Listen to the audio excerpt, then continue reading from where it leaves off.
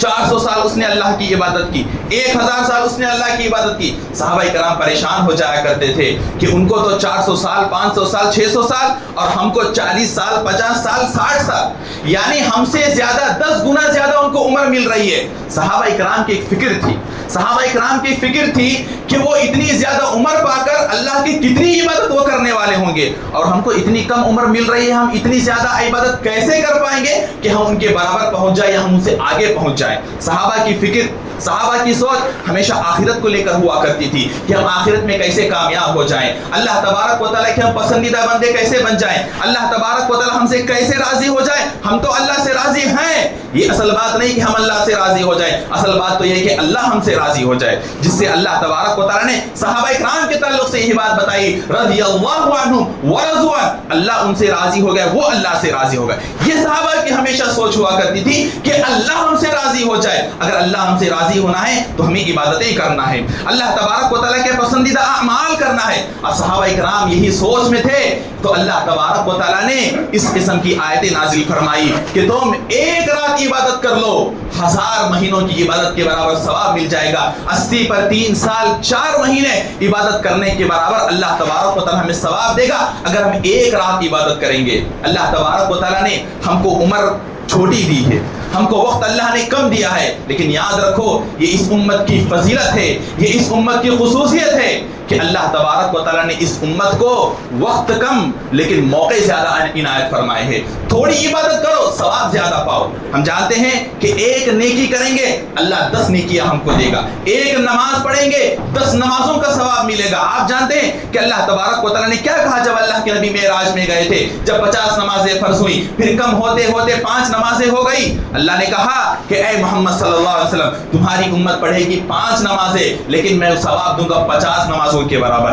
یہ اس امت کی خصوصیت ہے کہ اللہ تبارک و تعالیٰ ہم سے چھوٹے چھوٹے اعمال کرواتا ہے, تھوڑے تھوڑے اعمال کرواتا ہے, لیکن اس پر اللہ اجر بہت زیادہ ہم اور آپ کو عنایت کرنے والا ہے. لیکن آج افسوس کے ساتھ یہ بات کہنا پڑتا ہے, یہ امت محمدیہ کی سستی اور کاہلی ہے کہ اللہ تبارک و تعالیٰ نے جو چھوٹا عمل ہم سے طلب کر رہا ہے وہ عمل کرنے میں بھی ہم اور آپ پیچھے رہ جاتے ہیں, اس میں بھی ہم اور آپ سستی اور کاہلی کے شکار ہو رہے ہیں. اس کے اندر بھی ہم بہانے بازیاں کرتے ہیں کہ ہم سے نہیں ہو پائے گا, یہ بڑی مشکل کام ہے, اتنا ہم عبادت کیسے کر پائیں گے. یہ بہانے بھی اگر ہم کرتے رہیں گے تو دنیا کے اندر تو دنیا کے اعتبار سے تو یہ بہانے چل سکتے ہیں. ہم نے سامنے والے کو اپنے بہانے سے مطمئن کر لیا, لیکن سوچو کہ اللہ کو ہم کیسے مطمئن کریں گے, اللہ کے سامنے ہم کیا جواب دیں گے کہ اللہ میں نہیں کر پایا, کہ اللہ ہماری بات کو سن لیں گے, کہ اللہ تبارک و تعالیٰ کے پاس ہمارا یہ جو ترک ہوگا, ہمارا جو سبب ہوگا, کہ اللہ تبارک و تعالیٰ کے پاس چل جائے گا. یہ تمام بہانے اللہ کے پاس چلنے والے نہیں ہے. اللہ تبارک و تعالیٰ کہے گا ہم نے تو تم سے تھوڑا ہی تو مطالبہ کیا, ایک رات ہی تو عبادت کرنے کا مطالبہ کیا, ایک رات کے بدلے 1000 مہینے 80 پر 3 سال 4 مہینے کی عبادت کا ثواب دے رہے, اور تم سے ایک رات کی عبادت نہیں ہو پا رہی ہے. معزز حاضرین, یہ جو راتیں ہماری زندگیوں میں ابھی آنے والی ہیں, ان راتوں کو غنیمت جانیں, ان راتوں میں عبادتیں کیا کریں. ان راتوں کے تعلق سے ایک اہم بات جو میں آپ کو بتانا چاہتا ہوں, ویسے تو آپ ہمیشہ سنتے رہتے ہیں لیکن یاد دہانی کے طور پر سن لیں کہ جو راتیں آنے والی ہیں ہمارے درمیان جاگنے کی رات کے نام سے مشہور ہے. ہم وہی کرتے ہیں, راتوں میں جاگتے ہیں, کھاتے ہیں, پیتے ہیں, اللہ کی نعمتوں سے فیض یاب ہوتے ہیں, لیکن اگر کوئی کام نہیں کرتے تو صرف عبادت نہیں کرتے ہیں. یہ جاگنے کی راتیں نہیں ہیں, اس چیز کو آپ اپنے ذہن و دماغ سے نکال دیں. یہ جاگنے کی راتیں نہیں ہیں. اگر آپ کو عبادت نہیں کرنا ہے تو بہتر ہے کہ آپ گھر جائیں, آرام سے سو جائیں, انشاءاللہ اس پر آپ کو ثواب ملے گا. لیکن جاگ کر راتوں میں ادھر ادھر ٹہلنا, گاڑیوں پر ادھر ادھر جانا آنا جانا, کسی گھر میں بیٹھ جانا, وہاں پر بیٹھ کر باتیں کرتے رہنا, وقت ضائع کرتے رہنا, موبائل میں اپنا استعمال ضائع کرنا, اس طرح اگر آپ وقت ضائع کریں گے تو آپ کو ثواب ملنے کے بجائے ہو سکتا ہے کہ اللہ تبارک و تعالیٰ آپ کو اس کے بدلے گناہ دے. کہ اتنی عظیم رات ہے, عبادت والی رات ہے, اور اس عبادت والی رات میں ہم کیا کر رہے ہیں, اپنا وقت ضائع کر رہے ہیں, موبائل میں بیٹھے ہیں, گپ شپ کر رہے ہیں, کھا رہے ہیں, پی رہے ہیں. کھانے کے لیے پینے کے لیے تو پوری زندگی پڑی ہے, رمضان کے دوسرے ایام بھی ہمارے پاس ہے, کھاؤ پیو. ان 5 راتوں کو کم سے کم بخش دو, ان 5 راتوں کے اندر اپنی عیاشیوں کو چھوڑ دو, ان 5 راتوں کے اندر اپنے موبائل کو تھوڑا بازو رکھ دو, ان 5 راتوں کے اندر اپنے دوستوں سے اپنے تعلقات کو ختم کر دو, ان 5 راتوں میں کم از کم اپنے گھر والوں سے ضرورت کے مطابق باتیں کیا کرو، باقی اللہ تبارک و تعالیٰ سے گپ شپ کرتے رہو، اللہ تبارک و تعالیٰ سے دعا و مناجات کرتے رہو، اللہ تبارک و تعالیٰ سے التجا کرتے رہو، اللہ کے دربار میں سجدہ ریز ہو جاؤ، اللہ کے سامنے ہاتھ اٹھا لو، مغفرت کرو، قرآن کی تلاوت کرو۔ ان 5 راتوں میں کم از کم جتنا زیادہ ہو سکتا ہے اتنا زیادہ رات میں کھڑے ہو کر نمازیں پڑھو۔ معزز حاضرین، صرف رات جاگنے سے یہ رات ہم کو نہیں ملنے والی، صرف رات جاگنے سے رات ہم کو نہیں ملنے والی۔ اس رات میں عبادت جو اللہ تبارک و تعالیٰ نے بتائی ہے کہ 1000 مہینوں کی عبادت سے بہتر ہے، تو اس کا مطلب کیا ہے؟ اس کا مطلب یہ ہے، بہت سارے لوگ عام طور پر یہ سمجھتے ہیں، ہم بھی یہی سمجھا کرتے تھے کہ رات جاگیں گے تو اللہ تبارک و تعالیٰ ہمیں 1000 مہینے کی عبادت کا ثواب دے دے گا۔ یہ مطلب نہیں ہے۔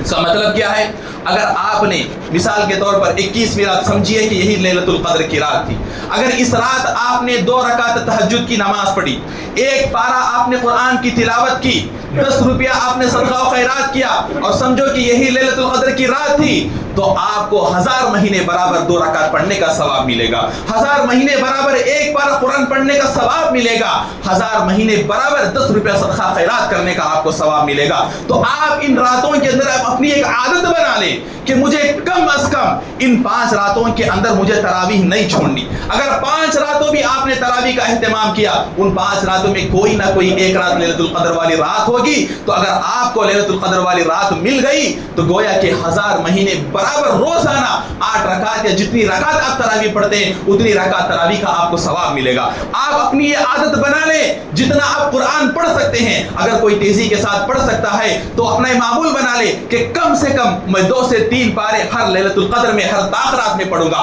اگر کوئی آہستہ آہستہ پڑھنے والا ہے تو وہ اپنا یہ معمول بنا لے کہ کم از کم 1 پارہ میں ہر تاخرات کے اندر پڑھوں گا۔ اور اسی طرح آپ کے استطاعت کے مطابق آپ جتنا اللہ کے راستے میں خرچ کر سکتے ہیں، اگر کوئی آدمی 1000 اللہ کے راستے میں خرچ کر سکتا ہے تو ہر رات 200 روپیہ خرچ کرے، کیونکہ کوئی نہ کوئی رات لیلۃ القدر والی رات ہوگی۔ اگر آپ نے اس لیلۃ القدر والی رات میں 200 روپے صدقہ کیا تو گویا کہ 1000 مہینے روزانہ آپ نے، ہر رات آپ نے اللہ کے دربار میں، اللہ کے راستے میں 200 روپے آپ نے خرچ کیا۔ آپ کی اپنی استطاعت کے مطابق آپ جتنا اللہ کے راستے میں دے سکتے ہیں اسے 5 راتوں میں تقسیم کر لیں، تقسیم کر کے ہر رات میں اس کو خرچ کرنے کی کوشش کریں۔ کوئی نہ کوئی لیلۃ القدر والی رات ہوگی تو پھر آپ کو انشاءاللہ تبارک و تعالیٰ وہ 1000 مہینوں والی فضیلت مل جائے گی۔ ان راتوں میں جاگ کر کوئی آدمی کہتا ہے کہ ہم جو ہے جاگ نہیں سکتے ہیں، ہماری استطاعت کے مطابق نہیں ہے، ہم نہیں کر پاتے ہیں۔ آپ دیکھیں دنیاوی معاملات جب آتے ہیں، دنیاوی امور جب آتے ہیں، گھروں کے اندر شادی ہوتی ہے، گھروں کے اندر فنکشن ہوتا ہے، کوئی بھی چیز ہوتی ہے، ہم کو اس کی کوئی پرواہ نہیں ہوتی کہ پوری رات ہم کو جاگنا پڑ رہا ہے۔ پوری رات ہم محنت کرتے ہیں، پوری رات جاگ کر ہم اس کے تعلق سے اس کی تیاریاں کرتے ہیں، جو کچھ کرنا ہے کرتے ہیں، لیکن آخرت کے لیے کیا ہم اور آپ 5 راتوں کو اللہ کے لیے قربان نہیں کر پائیں گے؟ اس میں ہمارا اپنا بھلا ہے، اس میں ہمارا اپنا فائدہ ہے، اللہ کو کچھ ملنے والا نہیں ہے۔ بہت لوگ سمجھتے ہیں کہ ہم عبادت کریں گے تو اللہ کو کچھ مل جائے گا، اللہ کو کیا ملنے والا ہے؟ اگر دنیا کے اندر جتنے لوگ ہیں نا، اللہ کے نبی صلی اللہ علیہ وسلم حدیث قدسی میں بات بیان فرماتے ہیں کہ اللہ تبارک و تعالیٰ نے کہا کہ لو ان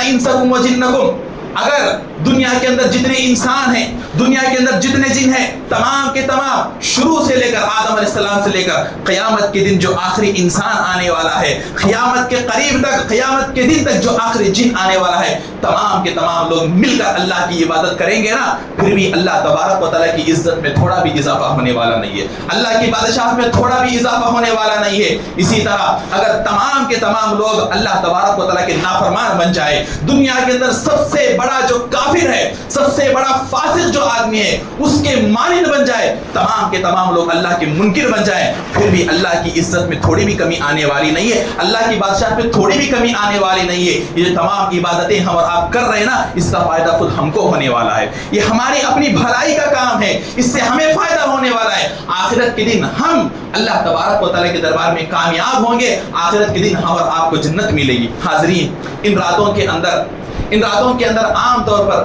جو ہم سے غلطیاں ہوتی ہیں، ایک بات تو میں نے بتائی کہ ہم سمجھتے ہیں کہ جاگنے کی رات ہے، جاگ لیں گے ہمیں ثواب مل جائے گا، اس کے تعلق سے میں نے آپ کے سامنے تفصیل بیان فرمائی۔ اور دوسری چیز جو ہم اور آپ ان راتوں کے اندر جس چیز کے عادی ہو گئے وہ ہے بیانات، تقریریں۔ رات ہم اور آپ تقریروں کے اندر اپنی راتیں گزار دیتے ہیں، سمجھتے ہیں کہ رات میں ہم نے تقریریں سن لی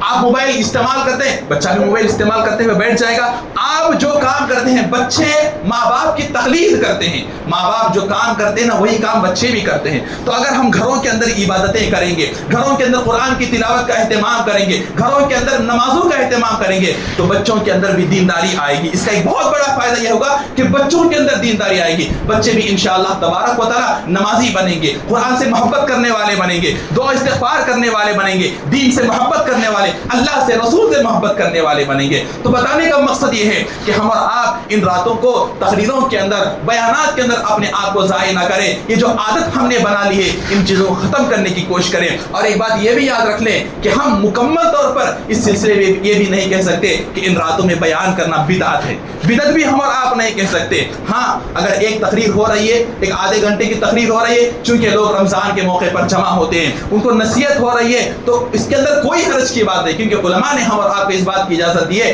کہ اگر ایک آدھ تقریر ہوتی ہے آدھے گھنٹے کی، 40 منٹ کی، بیٹھ لے، سن لے، پھر اس کے بعد اپنے گھروں کو چلے جائیں۔ اگر مسجد میں عبادت کرنا ہے تو کریں، لیکن افضل جیسا کہ ہم نے بتایا کہ آپ گھروں میں جا کر نمازیں پڑھیں، گھروں کے اندر جا کر تلاوت کیا کریں۔ اور دوسری چیز اور ایک اہم چیز جس کے اندر ہم اور آپ بہت سارے لوگ غلط فہمی کا شکار ہیں وہ یہ کہ طاق راتوں کے اندر عشاء کی نماز تاخیر سے ادا کی جاتی ہے۔ عام دنوں میں 8:30 بجے جماعت ہوتی ہے، لیکن طاق راتوں کے اندر 10 بجے جماعت ہوتی ہے۔ تو اس سے ہوتا کیا ہے، غلطی کیا ہوتی ہے؟ ہم سمجھتے ہیں کہ ہماری جو عبادت ہم اور آپ کو کرنا ہے وہ یہ کہ ہمیں تراویح کے بعد عبادت شروع کرنا ہے۔ حالانکہ رات کب شروع ہو جاتی ہے؟ جیسے ہی عشاء کا وقت داخل ہوتا ہے ہماری رات شروع ہو جاتی ہے۔ اب عشاء کا وقت کب داخل ہوگا؟ عشاء کے وقت کے لیے آپ لوگ اس بات کو یاد رکھ لیں کہ مغرب کی جب اذان ہوتی ہے، ابھی مغرب کی اذان 6:20 پر ہے، 6:20 پر مغرب کی اذان ہو رہی ہے، تو مغرب کی اذان کے 1 گھنٹہ 10 یا 15 منٹ کے بعد عشاء کا وقت شروع ہو جاتا ہے۔ گرچہ کہ ہم عشاء تھوڑا 8:15 بجے 8:30 بجے اپنے اعتبار سے پڑھ لیتے ہیں، لیکن عشاء کا جو وقت شروع ہوتا ہے مغرب کی اذان کے بعد 1 گھنٹہ 10 منٹ یا 1 گھنٹہ 15 منٹ کے بعد، یعنی اس اعتبار سے اگر ہم کیلکولیٹ کریں گے تو 6:20 پر مغرب کی اذان ہے، تو اس اعتبار سے عشاء کا وقت 7:30 بجے 7:30 پر یا 7:35 پر عشاء کا وقت شروع ہو جاتا ہے۔ اسی وقت سے ہم اپنی عبادتوں کو شروع کر لیں، ہم انتظار نہ کریں کہ عشاء کی اذان ہوگی، عشاء کی جماعت ہوگی، پھر اس کے بعد جا کر تراویح ہوگی، اس کے بعد ہم عبادتیں کریں گے۔ اب دیکھیے 7:30 سے لے کر 10 بجے تک اس کے درمیان کتنا وقت ہے؟ 2.5 گھنٹے کا وقت ہے، 2.5 گھنٹے کا وقت ہے۔ اس وقت کو ہم ضائع کر رہے ہیں۔ ہم سمجھ رہے ہیں کہ لیلۃ القدر میں جو عبادت کرنا ہے عشاء کے بعد کرنا ہے۔ ہاں عشاء کے بعد ایک عبادت جو ہے وہ عشاء کے بعد کرنا ہے، وہ ہے تراویح کی نماز۔ تراویح کی جو نماز ہے اس کا جو وقت ہے وہ عشاء کے بعد شروع ہوتا ہے۔ باقی عبادتیں، دعا استغفار کرنا، قرآن مجید کی تلاوت کرنا یا صدقہ و خیرات کرنا، یہ کام ہم عشاء کا وقت جب شروع ہوتا ہے اس کے بعد سے ہی شروع کر لیں۔ ہم اور آپ اپنے وقت کو ضائع نہ کریں۔ تو جو باتیں ہم نے آپ کے سامنے بتائی ہے لیلۃ القدر کے تعلق سے، ان چیزوں کا اہتمام کریں۔ صرف جاگ کر ہم اور آپ یہ نہ سمجھے کہ ہمیں لیلۃ القدر مل گیا ہے، اسی طرح صرف بیانات سن کر ہم یہ نہ سمجھے کہ ہمیں لیلۃ القدر مل گیا ہے۔ جیسے ہی عشاء کا وقت شروع ہوتا ہے اسی وقت سے ہم اپنے آپ کو عبادتوں کے اندر مصروف رکھیں، اور جتنی ہو سکتی ہیں اتنی زیادہ ہم عبادتیں کریں، قرآن کی تلاوت کریں، نمازوں کا اہتمام کریں، دعاؤں کا اہتمام کریں۔ اللہ تبارک و تعالیٰ سے دعا ہے کہ اللہ تبارک و تعالیٰ ہم تمام کو سنی ہوئی باتوں پر عمل کرنے کی توفیق عطا فرما۔ اللہ تبارک و تعالیٰ جو بھی باتیں قرآن و حدیث کی روشنی میں یہاں بتائی گئی ہیں ان چیزوں کو سمجھ کر ان پر عمل کرنے کی توفیق عطا فرما۔ اللہ تبارک و تعالیٰ ہمیں جو بھی کام کرے قرآن اور حدیث کی روشنی میں کرنے کی توفیق عطا فرما۔ اللہ تبارک و تعالیٰ جو بھی لوگ بیمار ہیں انہیں شفاء عاجلہ کاملہ نصیب فرما، جو بھی لوگ پریشان ہیں ان کی پریشانیوں کو دور فرما، جو لوگ اس دنیا سے رخصت ہو چکے ہیں اللہ تبارک و تعالیٰ ان کے گناہوں کو معاف فرما، ان کی قبروں کو نور سے منور فرما۔ آمین۔ اقول قولی ھذا استغفر اللہ لی ولکم ولسائر المسلمین اجمعین واستغفروہ انہ هو الغفور الرحیم۔